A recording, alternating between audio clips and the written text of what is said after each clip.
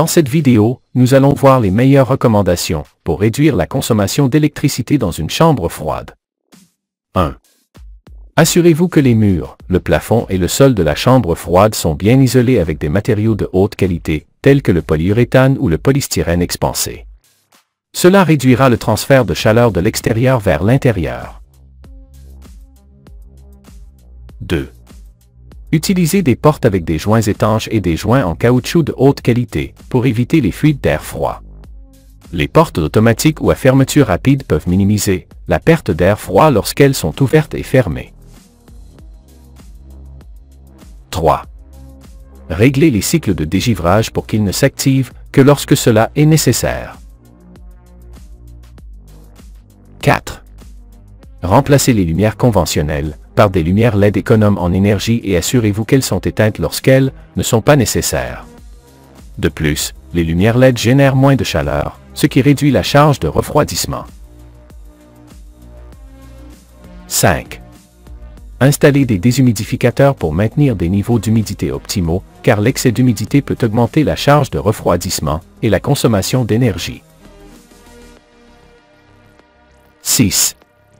Optimisez le chargement et la distribution des produits et assurez-vous d'une circulation d'air adéquate à l'intérieur de la chambre froide. Les ventilateurs et les diffuseurs doivent être bien positionnés pour éviter les points chauds et améliorer l'efficacité du système. 7. Sélectionnez le diamètre correct des tuyaux pour le réfrigérant.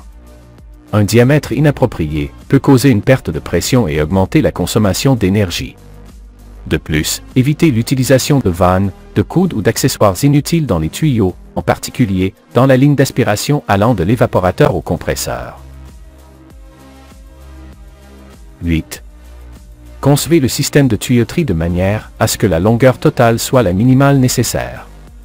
Des tuyaux plus longs augmentent la chute de pression et la charge du compresseur, ce qui entraîne une consommation d'énergie plus élevée. 9.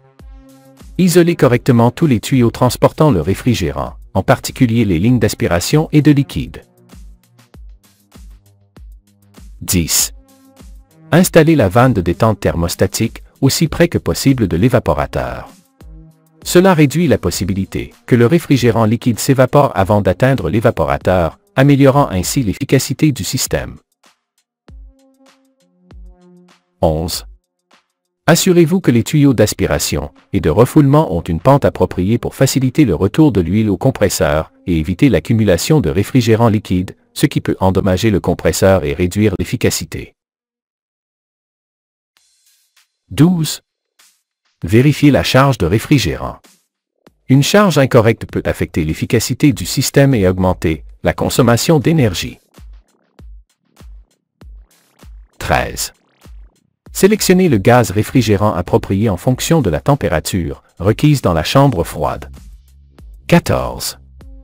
La température d'évaporation doit être comprise entre 5 degrés Celsius et 10 degrés Celsius, en dessous de la température requise dans la chambre froide pour assurer un transfert de chaleur efficace. 15.